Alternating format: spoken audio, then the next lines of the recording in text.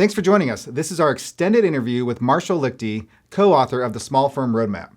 The first part of this video is from our GNGF Live that happens every other Wednesday. The second part here in this bonus extended interview, we dive into more detail around Marshall's thoughts on ways to streamline your law firm's marketing. And he tells me what Lice has to do with your marketing success. Yes, Lice. I didn't think we would ever really talk about Lice on the GNGF Live show, but here we are. So if you already saw the live, I'll put the timestamp to the exclusive extended interview below. Be sure to like and subscribe to follow along with our great conversations on legal marketing and the business side of running a law firm. And to watch this video on your platform of choice, you can find everywhere we stream at gnGF.tv.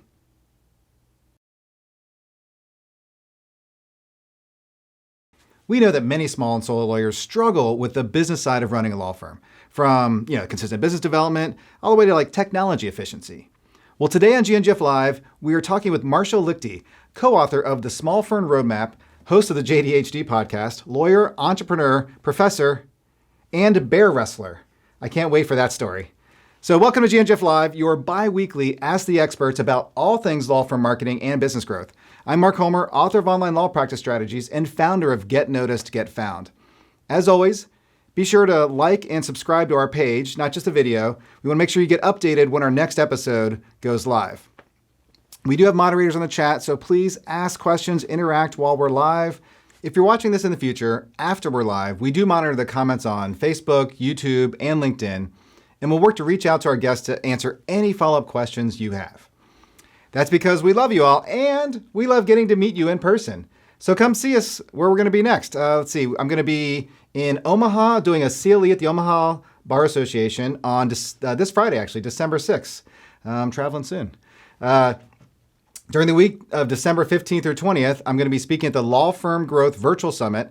Join thousands of small and solo law firms from across the country. It's a web-based summit, so you don't have to travel. And you can jump in and out on the topics that matter to you and watch them anytime throughout the day. It's going to be awesome. Joe, make sure we get a link to that because definitely check that out. I think it's free to attend, so it's going to be a great summit. And finally, GNGF is proud to be joining 4 other great legal marketing agencies to put on our second Best Damn Legal Marketing Conference, or Bedlam 2020. It's going to be in Las Vegas this year, April 1st through 3rd. And depending on when you're watching this, the early bird pricing might still be available, so you can use code EARLYBIRD2020 and save $200. And that's at bedlamconference.com. If you aren't following our page, you may not have noticed that we started a new video series, and we call it GNGF Tips. So check it out on our YouTube page. Joe, if you have a link to that Your Blog Probably Sucks video, we got a lot of great feedback on that one, so maybe we'll throw that in the chat. Check it out. We drop a new video every other Friday. Now, let's get to our interview today. I'd like to welcome Marshall Lichty to GNGF Live. Marshall, thanks for joining us today. Hey, Mark, how you doing? Great. Thanks for coming and by GNGF Live here. Really appreciate you taking the time. You bet. I'm so happy to be here. Awesome. So before we dive in, I know my audience is interested in this because I kind of mentioned it earlier, but you got to tell me this story someone told me that to ask you about how you saved a boy from a bear attack. Yeah, so my first real job was as working at a Boy Scout camp. And for years and years, we'd seen black bears, but they were just sort of an ambient thing.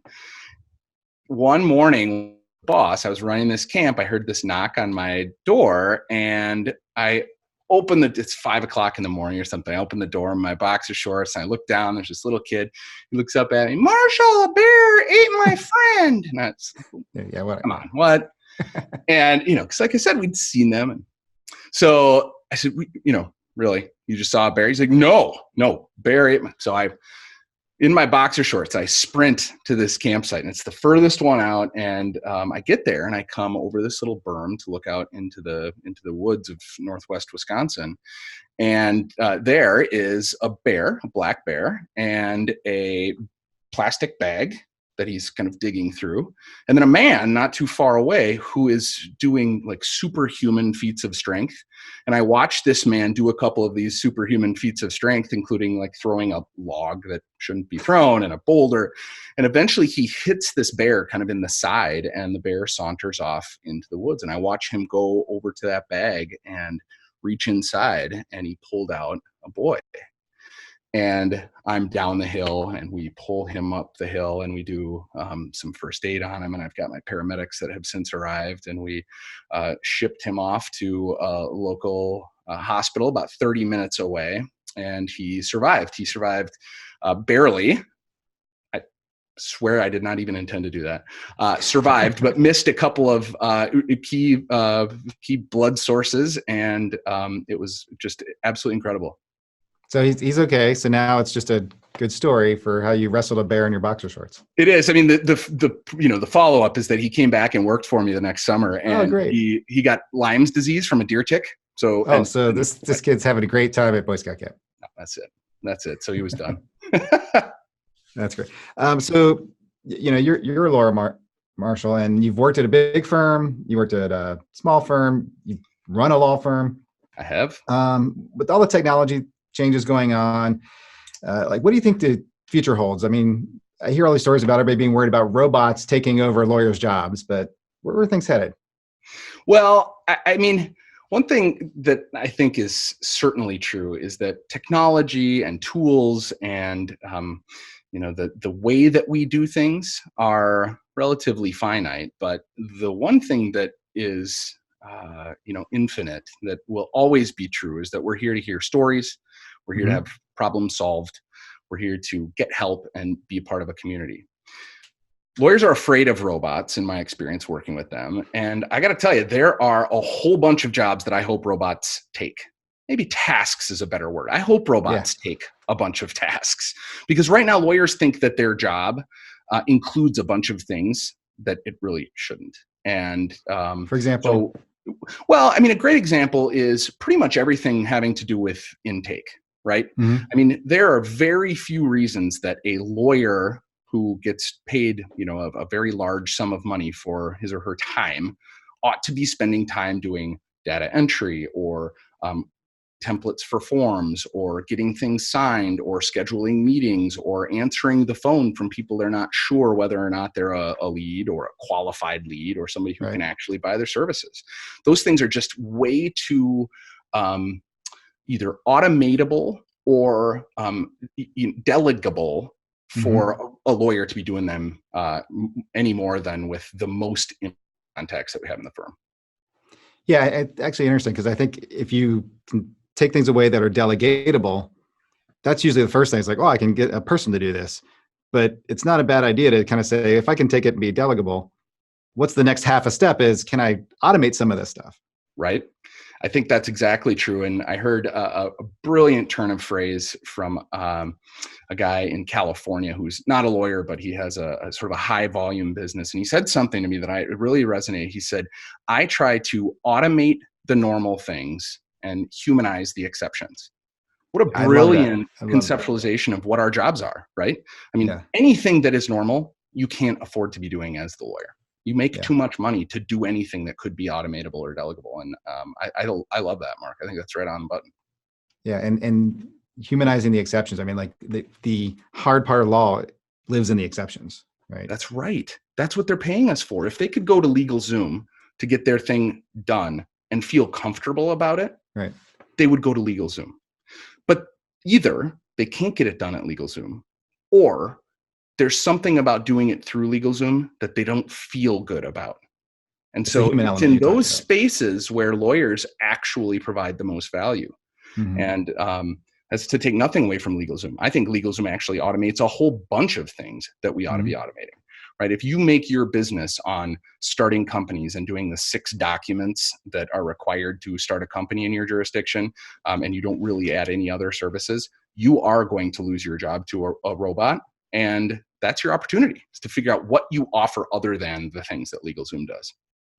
Awesome. Another question I wanted to dive into, kind of following up on kind of your experience running a law firm. So you've run a law firm, you've had to use marketing to drive growth. I've learned now that recently that you started teaching undergrad courses on marketing and innovation and stuff. So that's pretty cool. Yeah, I love it. I'm teaching a course this January actually on marketing communications for startups. And I actually think of most law firms as startups in many ways. Right. And a lot of the marketing you would do it in that environment probably applies. So based on that experience, and now as a professor, How do you think lawyers are doing with marketing? It's not good. I don't think this is news to you. One thing that's really interesting to me is most of the lawyers that I speak with, and this isn't true just of small and solo lawyers, it's true all the way up to the biggest firms in the country. Most of the lawyers that I speak with about marketing and sales talk to me about their referrals and Right. word of mouth. Right.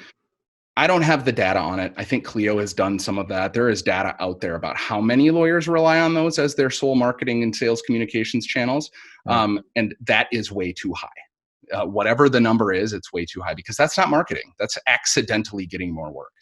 Yeah, And we've talked about it. I think we both know, Maddie Martin over at Smith at AI, but I heard her once present that, referrals and word of mouth marketing is not a growth strategy, right? It's you have to have other things if you want to have, especially if you're in the practice area that kind of needs new clients all the time because you don't have a lot of repeat business. You don't hope you have a repeat DUI client, right?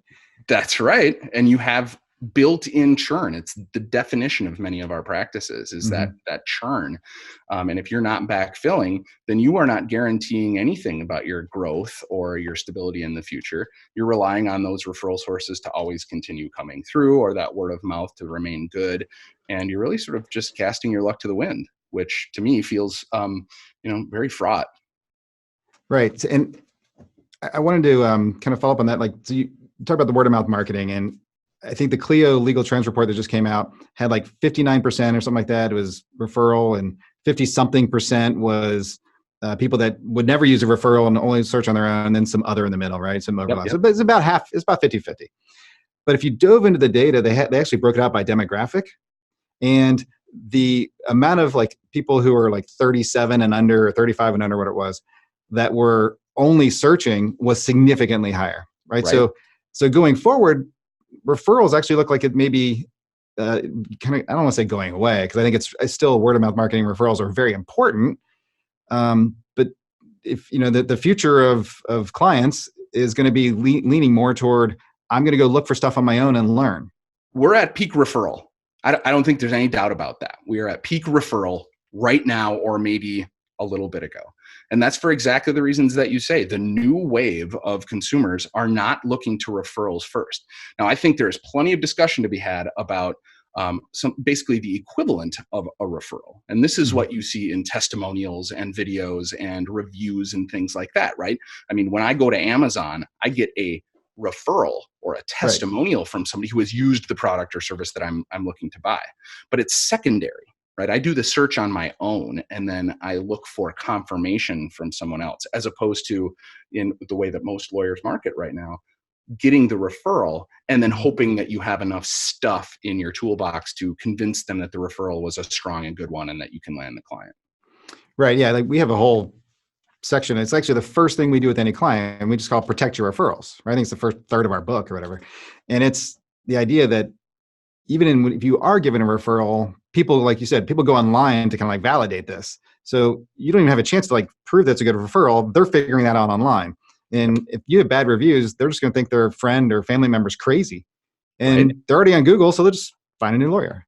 Just open a new tab or push back in the browser. I totally agree. And, I think even, if referrals are indeed your strategy and you're not going to do anything else, I would encourage folks to spend a little bit of time thinking about the experience of either being a lawyer who refers or being a person who has been referred to a lawyer, right? So for example, putting a landing page on your website for a lawyer who knows of you and is thinking about referring you. What if there is a landing page where they know to find you that just says, hey guys, thank you so much for thinking about me. I know some of you have been here before, and I just want to tell you, I am always going to protect this relationship. I appreciate you referring folks to me. Right down below, I've got a ton of contact information for where your client can come. And here's how I work. And, something like that helps a lawyer feel comfortable to make the referral and that they know you're going to take care of their client. And then also a landing page for the clients who get referred, where you can have an introduction video, maybe you can have some testimonials built in, you can really control that referral. I think even if that is going to be your strategy, there are little teeny tiny things that you can do to maximize that experience and make sure that folks are really finding what they find, and that they're finding the value that you have to provide, not accidentally, but very intentionally. Yeah.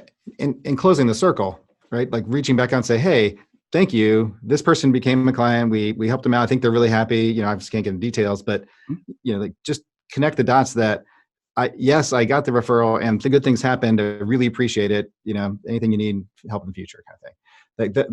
Like you mentioned earlier, like humanizing all these aspects. I love it. I think it's the single most important thing that we can do as law firm brands and lawyer brands is controlling the experience that people have interacting with us. And if it is an experience of gratitude and a streamlined, customized, intimate experience, people love that, right? I mean, Airbnb is built on that model, and Lexus is built on that model, and Apple, it's the experience with the brand. If I'm just getting from point A to point B, I don't need a Lexus. I buy a Lexus, and a lot of it with the way you feel when you do business with Lexus. I'm assuming it feels cool, but like that, people. So I mean, it's funny you mentioned brands, and we could go on a tangent on this, but that was actually came out in the Clio Legal Trends report as well, right? So that like consumers, especially like, and again, the demographic skewed younger for like large percent, but overall, the brand and the feeling of working with a law firm was very important. And people looking for, like a professional that can help them, right? Like they cared about the brand. And now brand, I think, was a very big word that we didn't really get into details of what that meant to people. And I'd like to see more in that in the future from Clio. But I'm assuming, like you said, it means what are other people saying about this? What's the feeling I get on the website? What is the process of working with this firm, like in terms of like communication, or what are the little extra things they do along the way? I love that. And what we're really talking about there is essentially, maybe folks out there have heard about a customer journey map or customer experience work or, UX or whatever. There are a whole bunch of words for it, but really it's sitting in the shoes of your ideal customer and getting an understanding for what they need and how it feels to get it from you. And if you understand that and you know that intimately, and you can always work to refine it, even if it's just a little bit, you will continue to get better, and that experience is going to be so much better. And that is where you make that emotional connection with clients. You don't make it in solving the problem, recording the deed, litigating the case. You get it in delivering an emotional connection, an emotional feeling that they tie back to you and your brand. And that takes a lot of really hard work, and very little of it is actually lawyering. Right. And people assume that you're going to do the basic job. It's how you deliver it that is the differentiator. And I always recommend, like, go look at the negative reviews for different lawyers, or go on Avvo or Google and just see all the 1 star, 2 stars things. It's never they didn't solve my problem. It's always they didn't call me back. Like I had no idea how the expectations were going to work in terms of pricing or billing and whatever. Everything seemed last minute. Like, it's always the experience they have working with the law firm. Yes. Not just the end result. Absolutely. And just as a quick follow on, I was a volunteer, what they called investigator for the Lawyers Professional Responsibility Board in Minnesota. And same thing, right? When people send complaints to the board, it is not because somebody didn't win. Very rarely is it like, I thought I was supposed to win and I didn't. It is, they weren't diligent. They weren't communicating with me. They didn't return my phone calls. It's all of those things. And, those are the places, again, it's not about the lawyering. It's about the feeling of being lawyered. And if you can make that great, you have the world as your oyster. So, and machines won't take that away, by the way, which I think, to bring it full circle, correct. Machines aren't bringing that, machines cannot take that away. They can augment your ability to do it well, but they're not taking it over. That is all on you, and nobody's coming to save you. Right. The human element, Yep. It's awesome. I wanted to mention this because you are the author of the Small Firm Roadmap. You're the guy. You're one of the co-authors. Yeah, I bought the book. You're the guy. All right. I've been looking for you. So you're one of the co-authors with the Lawyerist team, and I mean, the names on here, all people I love and respect as authors. And, I've got a bunch of things dog-eared already to be able to talk about and write some blogs on. So thank you. But how does this book help lawyers kind of do some of the stuff we're talking about, build a better business and maybe a better life? Sure. Mark, I think my experience as a lawyer was really a tale of two sides. Sometimes when I was lawyering, I was proud and happy to just be lawyering and to be delivering great service to clients and getting paid for it and making money. For me, there was always this nagging sense that the business that we were running wasn't running the way that businesses run. And I have a bunch of thinking about why it is that my firm didn't run that way, why I had a hard time running my firm that way, why other people I've seen have hard times running it that way, why even the biggest firms that I have ever talked to in Minneapolis and elsewhere have a hard time running like real businesses. And I don't know how far we want to go down that rabbit hole, but I think it's fair to say that we don't. Right? Law firms and legal departments inside of companies and, the county attorney's office and the state attorney general's office, those places have this built-in allergy to running like a business. And what I love about the Small Firm Roadmap and about working with Aaron Street and Sam Glover and Stephanie Everett at Lawyerist is they understand that providing good legal services is table stakes.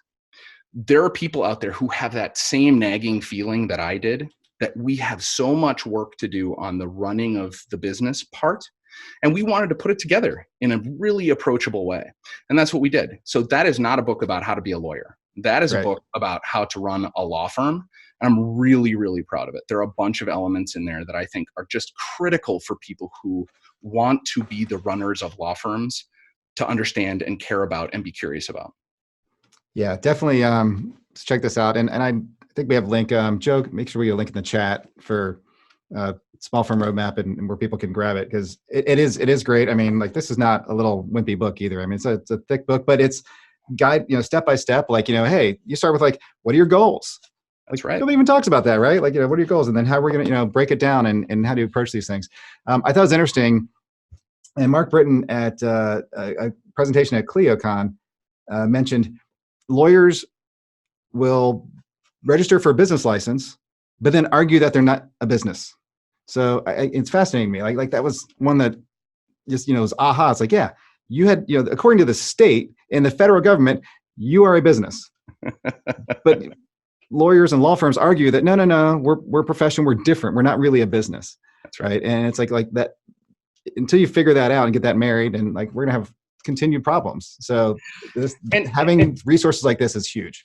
And I think that being a profession is great. That phrase and the ideas that swirl around it has never really resonated with me. I was never, I didn't come from a family of lawyers. I didn't have a grandfather who wore seersucker and did the things that the profession has always done. And so I never had a lot of connection to that phrase. But I don't think about it that way. And when I look at law firms, I look at businesses. I see business opportunities. So when I had my law firm, we represented startups and small companies in a variety of matters. And one of the things that I always saw companies do was they had a salesperson on the ground right now. And it was table stakes to have a salesperson, and the salesperson always needed a marketing person or ideally team to feed them things that they could go out and use to sell. And so you saw your marketing and sales departments build up almost immediately in the companies that we represented. And then we go look at law firms, ours included, and we'd look around and say, well, who does sales? Oh, well, the lawyers do. Okay. Do they do sales? What is sales? How do they do sales? Do they have any training or practice in doing sales? No. Okay. Well, so then it's just the marketing. Yeah. Okay. Well, what do you do for marketing? What's your marketing budget? How much do you spend on marketing? What are your marketing strategies? Who do you use for marketing? And what does your funnel look like so that when you market successfully, you end up closing on the deal? And like lawyers' eyes glaze over and they go back to like, well, I'm referrals and word of mouth. And we kind of have this circular energy around the idea that like we are allergic to sales and marketing, and that is just a huge missed opportunity. And when you're running I'm not here to preach. I just it's strange to me. What an opportunity to understand and be curious about marketing and sales and get out and get good at it. Yeah. Well, the opportunity is huge, right? There's a massive, demand for services that aren't happening. Like people need lawyers, need legal services, and aren't getting them the way apparently they want to get them.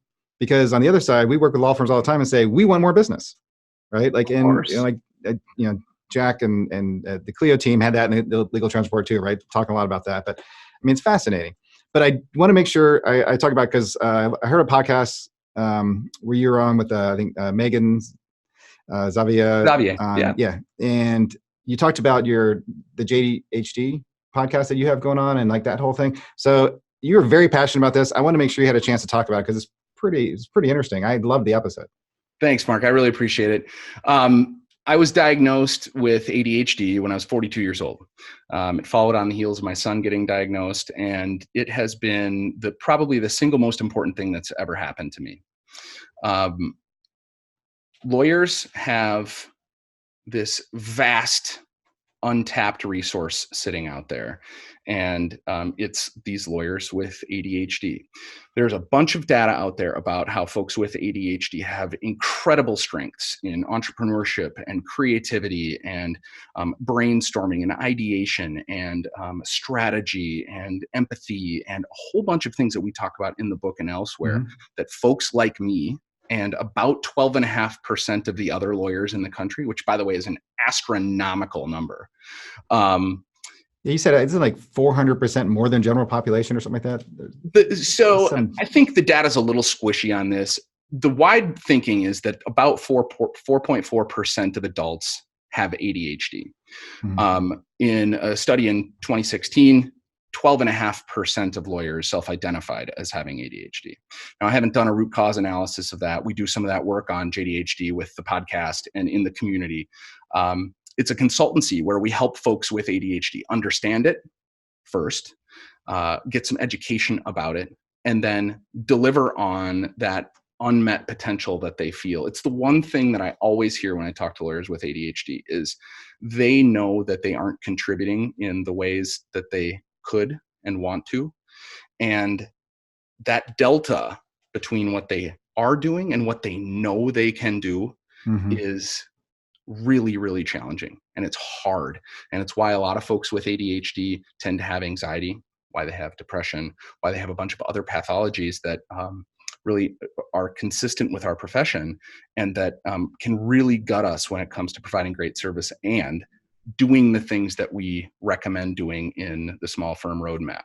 And so for me, that's how those things work together. Is the small firm roadmap requires that you put your own oxygen mask on first, right? If you're going to implement and understand what the small firm roadmap looks like, it's going to you're going to have to be in a pretty special place to be there, to be curious about it, and to be ready to invest your time and your energy and your curiosity in making your firm look like a firm that we describe in there. For some lawyers, those with ADHD, who will do that implementation better than anybody on the planet once they've got their stuff sorted out, that's what jDHD is for. We're, like I said, a consultancy to help those folks get their oxygen mask on so that they can unleash that potential and start contributing in the ways that they know that they can. So that's the great promise. I think that they flow really well into each other. So what I do now as a profession is I help lawyers with ADHD, and then I help law firms and lawyers implement the kinds of things on the business side that we talk about in the small firm roadmap. Got it. And you sent me a link. So there's like a 10-day course or something like that. So Joe, we can make sure we get that in the chat for the 10-day. Right, is a 10-day email series or something like that, people? There is. I'm in this weird phase of my life, right? I'm creating content about ADHD like crazy. And right now, the simplest way to get my best sort of early thinking about what ADHD is and how it impacts lawyers is to sign up for that course. You can get it at thejdhd.com/10-day-course. And it's a totally free 10-day email course that introduces you to ADHD, what it is, what it feels like if you have it, what it looks like if you don't have it, so you can see it in others. And then some of the things that you need to know about getting diagnosed, getting it treated. We talk a lot about medication because medication with ADHD is a interesting topic full of all kinds of myths and, stigma and things. But that's kind of So it. people should definitely, yeah, if you even think or resonate, definitely check out that course. I found it interesting as an entrepreneur. Like there was things that resonated with me and some of the stuff you were talking about on that podcast. So yeah, definitely check it out. Can I share a quick story with you, Mark, just because it validated everything that I've been working on for the last couple of months. Yeah. I talked to a guy who was referred to me from somebody else, and he said, I was diagnosed with ADHD as a kid, and I tried one drug and it didn't work. It was kind of a mess. And so my parents took me off of it. And I've lived for 30 some odd years as a lawyer with ADHD, or, as a person with ADHD completely untreated. And some of the things you talk about resonated in college. They for sure resonated in law school. And now they really hit me pretty hard in my law practice. He says, I just hope that you have some, thoughts or recommendations. And I said, well, if you only tried one medication, the single best thing that you can do right now is go back to a doctor and ask for the other kind of medication. And he went back, and I got an email from him the other day. He was about 12 hours into his experience of having ADHD medications, the right ones this time. And he's like, it's like putting on glasses for the first time. And that's it, man. That's why you do it. Huh? That's awesome. Yep. And as I knew it happened, because I've got a couple other questions here I want to talk about, but we mentioned, I think when our 20-minute pre-call went 45, 50 minutes, right? So I knew this probably would happen on the Facebook Live. But if you stick around, we'll do it. We can drop an extended cut in a couple of days. If you don't mind sticking around answering a few more questions. I don't mind at all. I can talk about this stuff all day, and especially with you, Mark. Awesome. Thanks, Mark. So I want to make sure we talk about, you talked about some of the processes you have that people can think about, in your experience with marketing and stuff. They kind of follow some of these processes and different thoughts. They can improve their marketing success, right? And then the way I would say the one thing that we haven't talked a lot about is this idea that I don't care how good you are. If you are selling the wrong thing to the wrong person at the wrong time, you're not going to close the deal. Selling ice to Eskimos, that's a myth. Okay. Right. So we're going to hold on to that. We're going to come back to that. And I want to talk about this crazy thing you had about what lice has to do with marketing success. And I don't think I've ever used the word lice on my GNGF live show, but we're doing it now. Gross. Stay tuned with me, and we'll be right back to kind of dive into those details. Man, I can't wait to hear that. So thanks for joining us today, and be sure to subscribe to our video and to our page so you can make sure you get updated on our future GNGF Lives. And we're back. All right, so thanks for sticking with us, Marshall. So my pleasure. Let's talk about this kind of fit of, you talk about, this process of, how to make sure you understand your market and fit. And you talked about, the funnels and things earlier when we were on our call. How can that increase somebody's success when they kind of dive into this marketing problem? Yeah, so I want to avoid getting on a soapbox or sounding too professorial, because the last thing that you are now. You're official professor. Well, that's true. I actually got an email that said, "Dear Professor Lichty," and I about freaked out. But in any event, the thing that to me helped start framing marketing at all was getting an understanding that different people are at different places in their relationship with you over time. Marketers call this the funnel. Some people have kind of shifted the metaphor to a flywheel. There are a bunch of metaphors, but maybe one of the best illustrations of it is do you know DSW Shoe Warehouse? Have you ever been to this thing? It's like it's one of these big box stores. There's thousands and thousands of pairs of shoes, and in my view, one way to think about the customer journey map is if you walk into a DSW Shoe Warehouse and just say, "Excuse me, I need a pair of shoes," you're going to have a really hard challenge on your hands, right? Because the salespeople won't know how to help you. They don't have enough information about you. They don't know what kind of shoes you're looking for. And there's way too many for you to look at. And so you're really just in a weird, shoe information gathering stage, right? And as you get more clear, and as the salespeople understand you better, and they understand your shoe size and the fact that you're a man versus a woman and 260 instead of 120, and that you run marathons instead of 5Ks, and that you have a little bit of a pronation in your foot, now you're really talking. And now someone can say, well, we have 4 pairs of shoes in this whole world. There are 4 pairs of shoes for you. And the only differentiators are price point, design, brand, and maybe some feature. Like, you remember those Reebok pumps? You can pump them up. I don't think that's real anymore, but maybe one of them has that. And so then you're down to 4 choices, and it's a whole different experience, right? And so for me, the idea of marketing is really like that, right? Where are you in DSW? And where are your clients in DSW? And you need to understand the difference between someone who walked in and said, oh God, I don't even know what shoe size I am, to somebody who says, I'm looking for a size 10 in the Reebok 911 with pump that helps me run marathons as a 120 pound woman.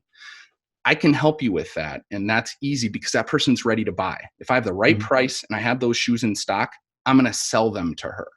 And so that idea of understanding how people come to find your law firm and understanding where they are in the process of learning about their problem, figuring out whether they need to hire somebody, doing the research to figure out whether you're the right person for that job, or how much it's going to cost, or what it looks like, or how long it's going to take.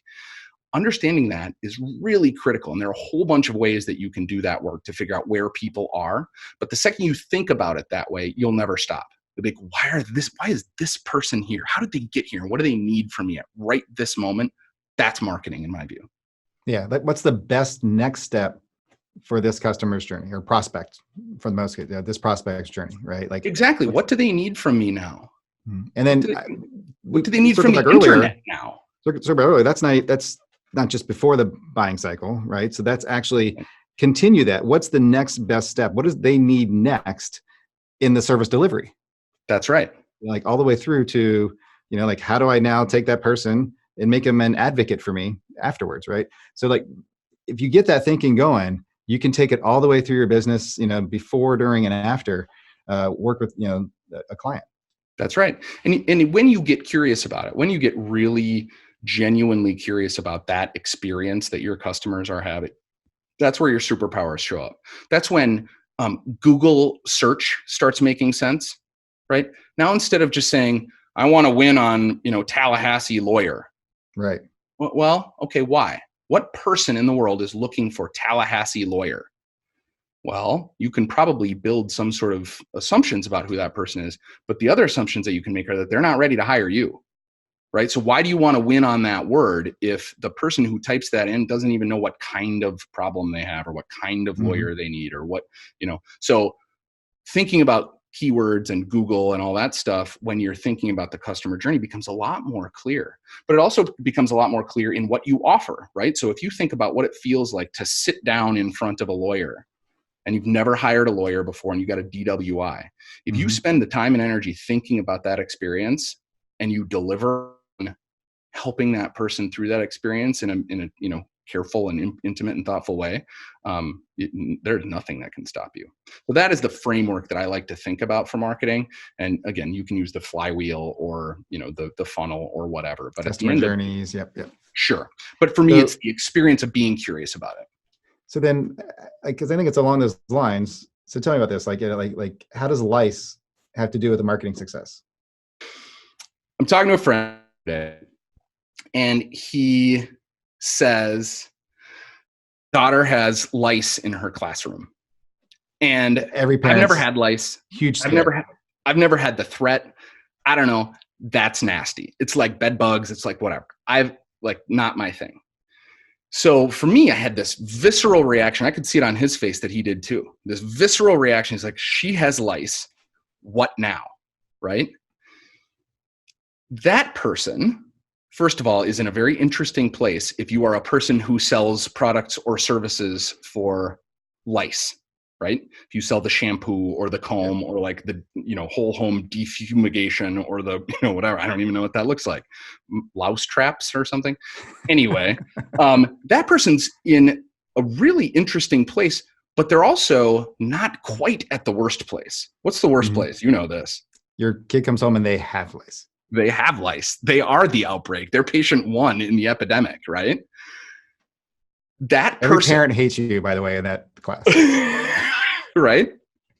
That person would buy any single thing that lands on the top of their Google search, right? Because the very Absolutely. first thing they're going to do, they're and gonna multiple. pull out their phone. Oh yeah, for sure. They might buy all of them. They'll pull out their phone or they'll pull up their laptop and they'll do a search and they'll be like, my kid has lice. If you think about the customer journey map, you think, oh, my kid has lice. Do you know what they want? They don't want education about what lice is or pictures of lice or whether it passes to other kids in the class. They don't care about that. They care about right now, I have a kid with lice and it's over there and I don't want to touch it right now because nasty. And so mom or dad will buy literally anything. That funnel is vertical. It takes almost no energy to get that person from the top of your funnel all the way down to the bottom of your funnel, right? If you have the product and you understand what they're doing, they'll pay $20 or $50 or $60 or $1,000 because, like I said, they have this incredible need and it's immediate. Now, the person whose kid is in that class is on a little bit, sorry, I should probably do it this way, is on a little bit different trajectory, right? Like they know they're going to need to buy lice services and products, but they have a little bit more space, right? Like how long does it usually take for my kid to get lice after a lice outbreak in our classroom, right? So there's a little piece of that where if you can answer that question, then when they inevitably do get lice, the place that they're going to come to get products is around lice, right? But understand that if they land on your website with that query and you just hammer them with like, buy the lice treatment right now, boom, boom, boom. If you don't do it, it's too late, right? They're like, it's not too late. And you're not resonating with me right now. Now you're salesy and you sound gross and I don't want to deal with you. You're grosser than the lice are. I'm going to go look at somebody else who understands that right now, I just want to be ready to deal with lice. And so what I love about the kind of work that you do at GNGF is you help people understand what it looks like to have a customer or would-be customer land right there and just carry them a little bit down the funnel with a little bit of nurturing so that when they are ready, when their kid does get lice or when they do actually get charged with the DWI or when they do actually sell their business, you're the only person on the planet that they think about. Man, I looked at that website and that guy was so cool and so nice and so helpful and so thoughtful, and they know, love, and trust you, and they have that way before they even ask you how much it costs. And if you've got that, they don't care how much it costs. So that's how lice relate to marketing. It's this idea of readiness and meeting people where they are. It goes back to the ice to Eskimos and walking into a DSW shoe warehouse. Yeah, and for a lawyer out there listening, right? Like the example I always give is you come home, spouse comes home from work, whatever, and their spouse looks at them and says, I want a divorce, right? You were in a totally different mindset, and it could be whether I want a divorce and you're horrible, or I'm just tired and I want to, whatever it is, versus you have a big fight, or maybe you find out your spouse might be kind of like heading into a fling over here. And then now you're starting to research well, what would divorce be like? It's either I need a lawyer tomorrow, or I need to start researching. I might be thinking about this. This might be an issue. And there's a very different empathy, right? If I need a divorce right now, that's tell me exactly how this process is going to work. And let me know. That's a lice problem. That's the lice problem, right? Yep. But if it's, I'm thinking about it, don't hammer me and tell me how awesome divorce can be for me when I may not want a divorce. It's just, I now need to go learn about this process. That's right. And it's you have a great issue, maybe. You have a great turn of phrase for it. How do you frame that up? Yeah. I always call it oh shit law versus what if law. That's right. So it's an oh shit problem or a what if problem. And that is oh shit is your lice problem. And then what if is well, what if my kid got lice? What if that happens in my classroom? I heard it's happening down the classroom down the hall. So those are, but I think that the lice is a very interesting mental model because every parent can relate to it. I think anybody who's even not a parent could probably relate to that example. So. Yeah, I think that's right. And really it's just a metaphor, of course, for the idea of being curious about who your customers are and how they come to you, right? And if you can do that, you've got a strength and a power out there.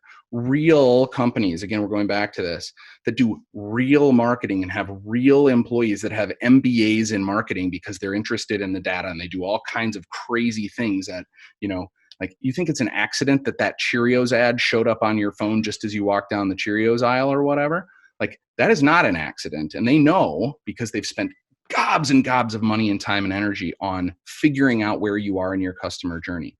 I don't expect every law firm out there to go hire a CMO I'm not allergic to that idea, but let's assume that they're not going to. Recognizing that marketing is a skill and a practice that you get better at over time, that requires experimentation and knowledge and curiosity. Like, that's what I'm asking for. That's what we write about in the book. And that kind of curiosity is the thing that will unlock a bunch of potential in people. I love it. Awesome. Well, thank you for sticking with me on the extended bonus cut here. So we'll be we're releasing this on Friday, so everybody's watching this now as it's after Friday. But again, thanks, Marshall. Really appreciate you hanging out with us today at GNGF Live, and we'll catch up sometime at a conference soon, I'm sure. We sure will, Mark. Thank you so much. I really appreciate the invite. And I just want to tell you, I love what you guys are doing. I love how you take care of your clients. And I really do, when I think about how it feels to interact with somebody who cares about marketing, I know that you feel it in your guts. And so I love the idea of law firms talking to you, because there are a bunch of folks out there that, they are in it for something else. And, when I see the twinkle in your eye because you're interested in really dialing down and nailing something for a law firm, I get really excited about that. So the idea that there are vendors out there like you that help lawyers like me, or at least like I used to be, is very heartening. So thanks for the work that you're doing, and keep it up. And anytime you need me, I'll follow you around, Mark, because I love what you're doing. Awesome. Well, thank you. And likewise, we appreciate all the help you've given, and definitely get the book, Small Firm Roadmap. Excited, like the whole lawyers team there, putting a lot of work in that. So, All right. Thanks, Marshall. Thanks, Mark. We'll see you. Hey, what's up? I'm Josh. Thanks so much for joining us. If you feel like you learned something today, think of how beneficial it would be to chat with myself or another one of our marketing consultants one-on-one. Go ahead and visit our website to schedule your free consultation. It only takes a minute.